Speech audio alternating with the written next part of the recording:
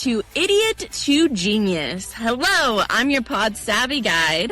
And I'm Todd Porter, also known as Utah Todd, with Real Estate Essentials and ABC4. Each of our episodes focus on individuals who found themselves desiring more. If you're feeling like an idiot, join the club. So, welcome to our Pods and Properties for July. Now, we took a little break, but we are back, right, Todd? Yes. And actually, speaking of that break, what made you decide it was time to take a break from podcasting and content creation? Well, I was just feeling burnt out. After I got to 1,000 episodes, I was like, I made my goal, but I just was tired. And I also was wanting to make courses, and I just didn't have time to do both. Well, and really, I mean, you being self-aware like that, I think many times we don't recognize the strength of making that decision, of being self-aware, and the people just say, oh, just push through. When it comes to the creativity that you bring to the table and with the experiences that you're bringing for your guests and everything else, I think choosing to take that break, I think that was really a smart move. But looking back, what would you have done differently in the preparation for it? Is there something you do differently moving forward? Yes, the time frame. I had the break end the day after Memorial Day. And let's be honest, that's not a great time. I had like 7 podcasts scheduled that week, and 5 of those podcasts canceled. Wow. Because they're like, oh, actually, I'm on vacation, or I have graduation, or like something came up. So it just was not a good time frame.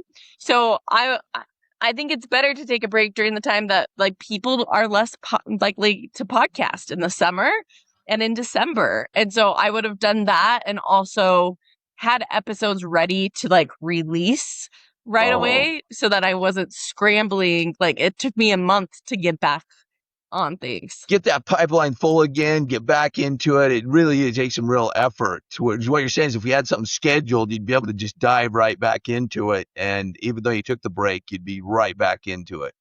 Is that what you're thinking? Exactly. Exactly. Yeah.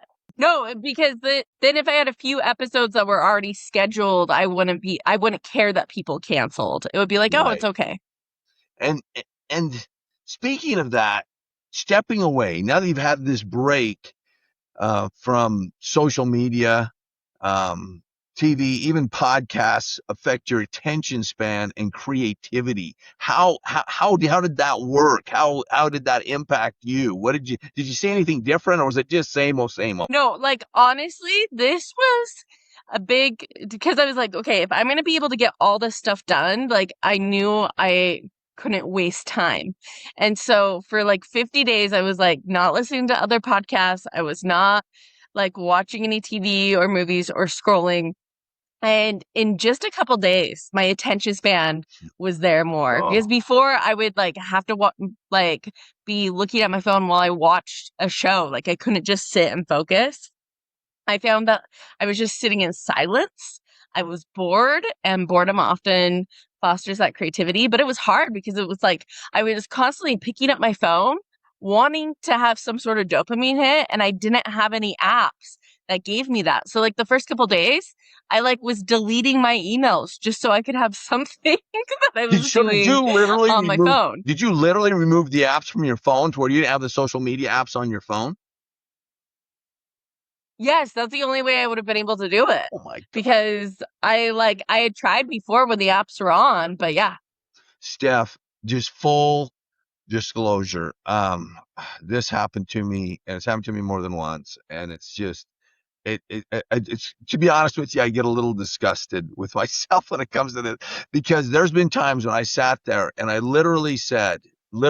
went, okay, I am not going to look at social media for the next hour or the next couple hours or whatever. I set a time frame that I'm not going to look at social media, and I am not exaggerating one bit. So I take this phone, I set it down, and I say, okay, I'm not going to be looking at it. And I get to work. It's not even 5 minutes, Steph. And I pick it up and I'm back on social media. And then I put it down. And I've had that happen 4 times. Finally, I literally huck the phone. I just get away from me. And I did not realize how addicted I was to it until that experience where literally I'm sitting there fighting to get this away from me and to be able to clear my head and to not be jumping back into social media. And it's just like, it's just shocking. It really shocked me. And that's happened more than once. It's crazy. My point is, it's crazy how much we've allowed this into our lives. It's just crazy. Yeah, and like you said, how much you like crave that of like going to your phone for something. It's just so automatic, so ingrained in us. And the excuses that I made in the past, and I didn't realize they were excuses at the time, but because I'm doing posting, I got a lot going on when it comes to business and so forth. So that's why I'd say, well, I got to check this, I got to check that. But this is what I'd find. Yeah, I'd go to check that, but many times I don't even arrive at what I intended to do because poof, I'm off because it knows what I want to see. So it puts it in front of me and I'm off to the races this way and then this way. And then I wonder why my brain is so scattered and I'm all over the place. I mean, it's like this is ADHD drug. Yeah, for sure, Oh, for it's sure. absolutely crazy. What did you appreciate most about podcasting now that you've come back? You know, it was interesting because I realized how in your everyday life, right? Like you can be surrounded by people, but you aren't always having really deep conversations. And that's for a reason. How can you get through your workday if every person you ask, how are you doing? It's like an hour like monologue. Right. Really getting deep down to it. Like it just doesn't work. But with podcasting, it's a set aside thing where we don't have our phones as a distraction. Like you're looking at the person and you're having a meaningful conversation, and it's often an opportunity to open up and hear someone else's story and just for a second be like reflect on how it would be to be in someone else's life, you know? And or if you're doing a podcast about like business or a solo podcast, you're able to like learn and be educated. So I feel like I didn't realize how much I would miss it. And it's like I feel so we just did a podcast right before this and I love waking up and like having someone teach me something and being like, okay, like cool. Like that was a great conversation. Right. Exactly. But looking at the whole picture, I guess what I'm really getting at is why is it important for podcasters or really anything you're doing? Why is it important to recognize the signs of burnout? I guess the best way to put it before you reach that breaking point of that you've got to do something or desperation or whatever. And really where the thing that I'm concerned about is even in my work that I do is hitting a point that you're not being effective in your labors. How how do you recognize the signs of it before it actually reaches that point of not being productive or not being effective? Well, I think in podcasting specifically, but I could think this be with anything else. If you are not excited for like every job has the most fun part of the job, right? Uh-huh. Like so for real estate, I'm sure the most fun part is like showing a home and having someone light up or the closing table or whatnot. For podcasting, it's like the actual interview for me. If I am not excited to do that fun part, then I probably need a break. Because if that's the best part of everything and I'm dreading it, then there's something off. You know what? That is really, and again, it's being aware. And I think Yeah. I think in so many ways, man, that's really just got me thinking. In so many ways, I think that's what this has done to us as well. Is we're really not who are we anymore? We lose sight of who we are personally. Who is Steph? Who is Todd? Who are we individually? Um, I think we lose sight of that and paying attention to that and recognizing when we need. The thing I've started doing, Steph, and this might surprise you a little bit, on not all days, but there's some days where I literally in the middle of the day, I recognize I'm not on my game and I literally go take a half an hour nap. I I would love ne- it. I would have never done that before. I would have never done that before. But I started really starting to dive into that. I need to be paying attention to who I am, how I feel, that kind of thing.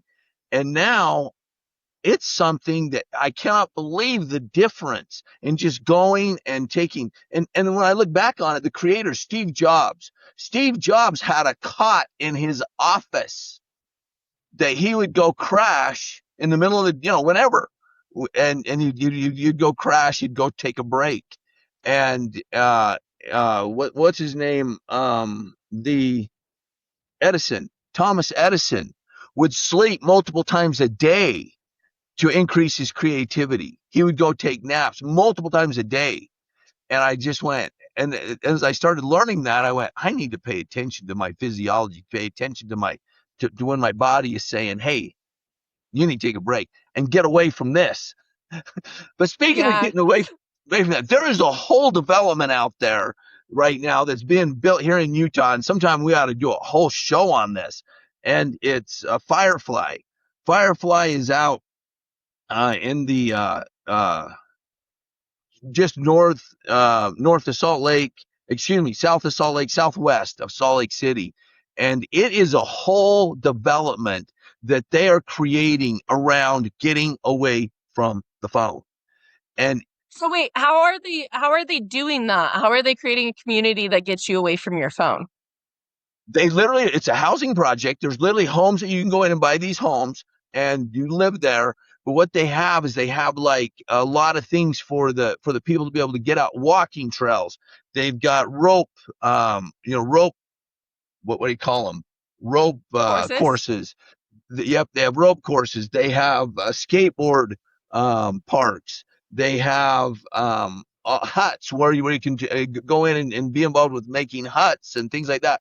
And literally, what they talk about, and I know this sounds a little bad, but they're like, where are all the broken arms? Meaning, I I remember growing up and in my age, I mean, we didn't have the computers, we didn't have the cell phones, we didn't have any of that. And it sounds like my kids that they go, that just seems like it's dinosaur age. I'm going, it wasn't that long ago, guys. And we didn't have all of this. And they're like, what did my kids ask me? I go, what did you do? I said, it's called creativity. And sometimes it wasn't always the best things we do. Like I used to go hiking up in the mountains. When I tell people this, my buddy and I used to go hiking up in the mountains. No water, no planning, nothing. And I'm talking like 100-degree weather, go hiking up in the mountains. And I'm really, and actually, there were times when we really did get heat stroke. We really did get sick. Did it change anything we did? No. We'd go do it again and go hike it up in the mountains. We'd drink water from wherever we could find it. We'd get desperate for water and we'd drink it wherever we were find it. We don't even want to talk about the water we drink because it would be anything and anywhere we would find water, we would drink it. But my point is, we had these experiences, and my buddies and I, when we get together, we talk about it now. It's still like it was just yesterday, and it's just like the experiences we had are just amazing. And now this whole Firefly is creating that kind of environment for those kind of experiences to be happening. And when you walk through a Steph, the kids are out there playing, the teenagers are out there playing, they're goofing off. You do not see their stinking phones anywhere. They are having a ball. It's just awesome.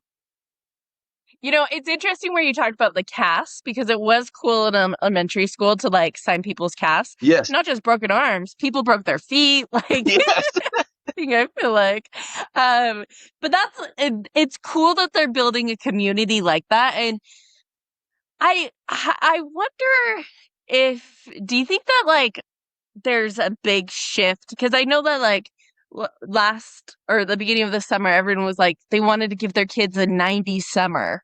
And it's like, what is a 90s summer? It's like night games and like everything. And I've actually been seeing in my neighborhood kids roaming without their parents, just like, I mean, not toddlers, right? But like Yeah. 7-year-old, 8-year-olds riding their bikes together. Last night, I saw kids playing night games. And at first I was like, it's dark and they're in the street. They could get hit. And then I was like, no, no, like they're fine. They have a light and they're having a blast, you know? Oh, absolutely, absolutely. And the thing that's always surprising to my kids when you start talking about those times is exactly that. Meaning, we'd just all get together as a neighbor. All the neighborhood kids would just go, like you're saying, do the night games and things like that. Well, now this Firefly, and what they're finding now is people's eyesight, because of us being in front of the computer, the eyes are only focusing just right in front of them. The eyes no longer are starting to no longer pick up the peripheral, to where our brains process all of this, have the capacity to process it all, to where it's picking up all these things off to the side and everything else, and it's processing it, even though you're having a conversation with somebody in person. Well, when you're dealing, like right now, you and I talking, I'm only looking at you just here on the screen. To where if we were outside and we're having a conversation, the impact on the brain is substantially different and much more vast when you're conversing with people outside, interacting with the world, interacting with nature, out in the sun. And it's just fascinating to see the demand that is happening. Firefly is taking traction, it's getting traction. And it is looking like it's going to end up being a community that I think is going to end up getting duplicated elsewhere because of its of how much people are loving it. It's really pretty amazing. But anyway, That's so cool. Well, okay, I'm curious because it's summertime, right? And summer is usually when people are like wanting to move because they want to get their kids in before the school year, or who wants in Utah, who wants to move in the winter, right. right? Like brand new furniture in the snow or like whatnot. Uh, so what's been going on with the market this summer? What are you seeing across the Wasatch Front? Well, it's what I referred to, and it is picking up somewhat in pockets. But I call it the uncertainty tax, where people are just uptight about the war, about what's happening with Iran, all those kinds of things, the economics of it all, the things that are taking place, the Straits of Hormuz, where the oil has been limited as far as going out to the world, the oil prices going up because of that. There's all these variables that are making people nervous. And here's the biggest thing that, and I know I've hit on this multiple times over the last several years, but now is the time. If you need to buy now, because and I'm encouraging people to buy like crazy, because right now that vulnerability gives you the opportunity to where you're not having to pay above list. You're not having to come to the table. Buyers are literally able to come and look at a property and maybe come back one, two, three times and look at a property. Homes are staying on the market longer.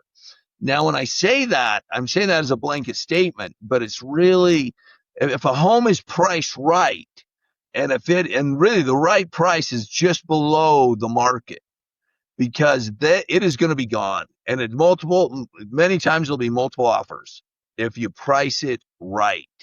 But you have to price it right. You cannot be pricing it above the market and plan on coming down. The market just will not tolerate it. The market's like, they'll just pass on it and go on to something Interesting. else.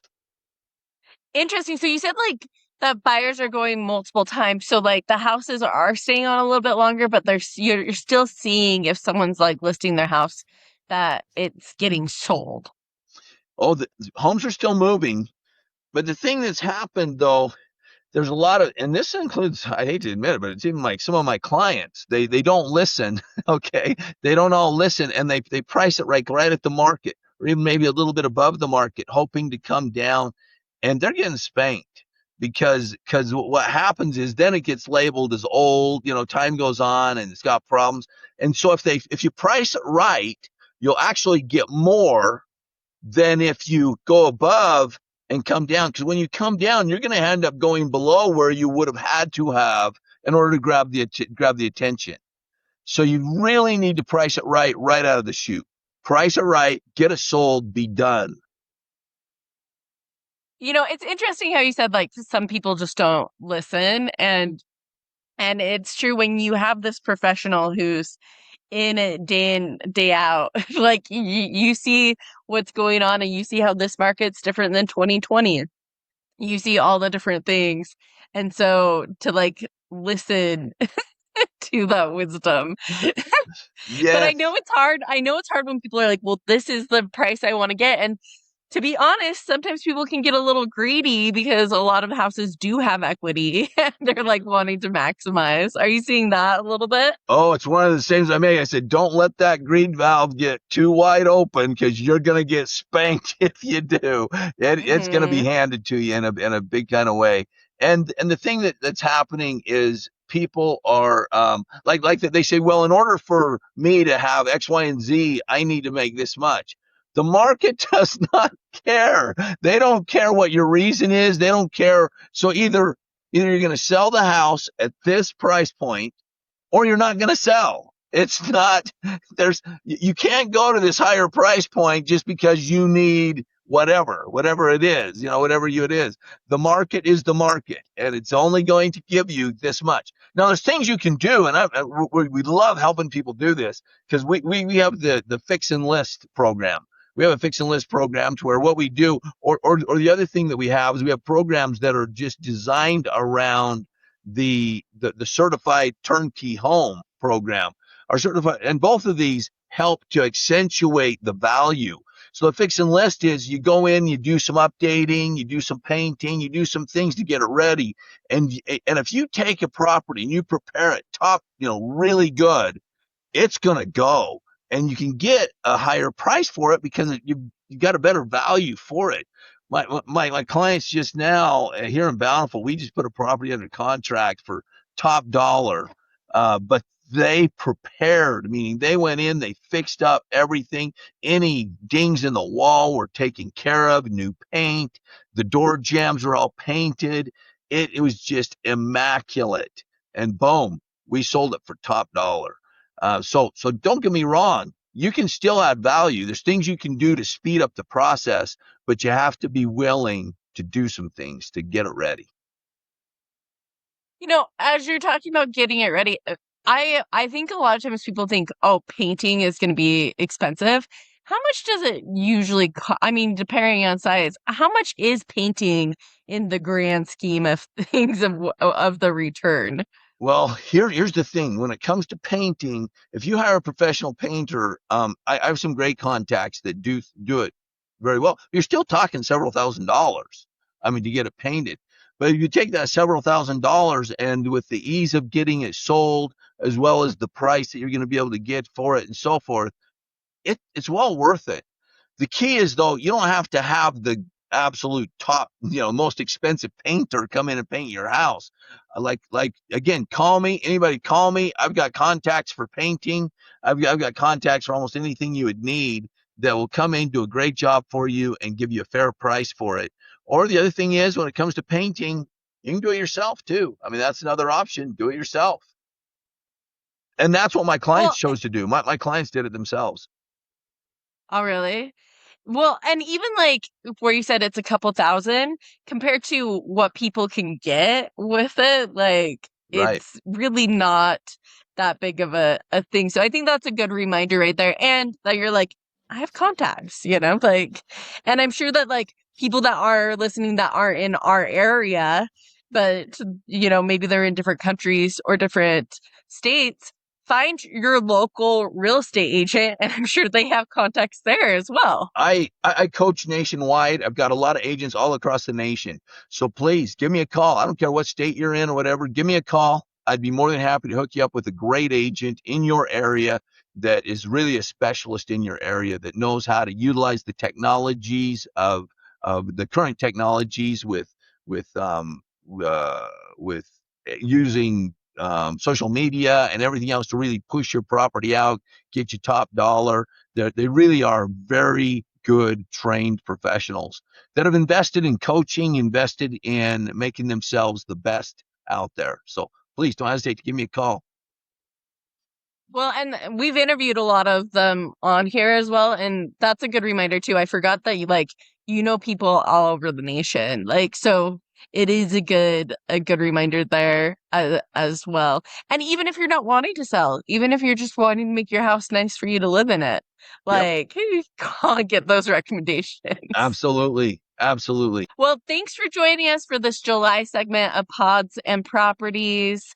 And we have some amazing guests lined up this month. We're so excited for you to hear from them, and we'll catch you guys next month. Thank you.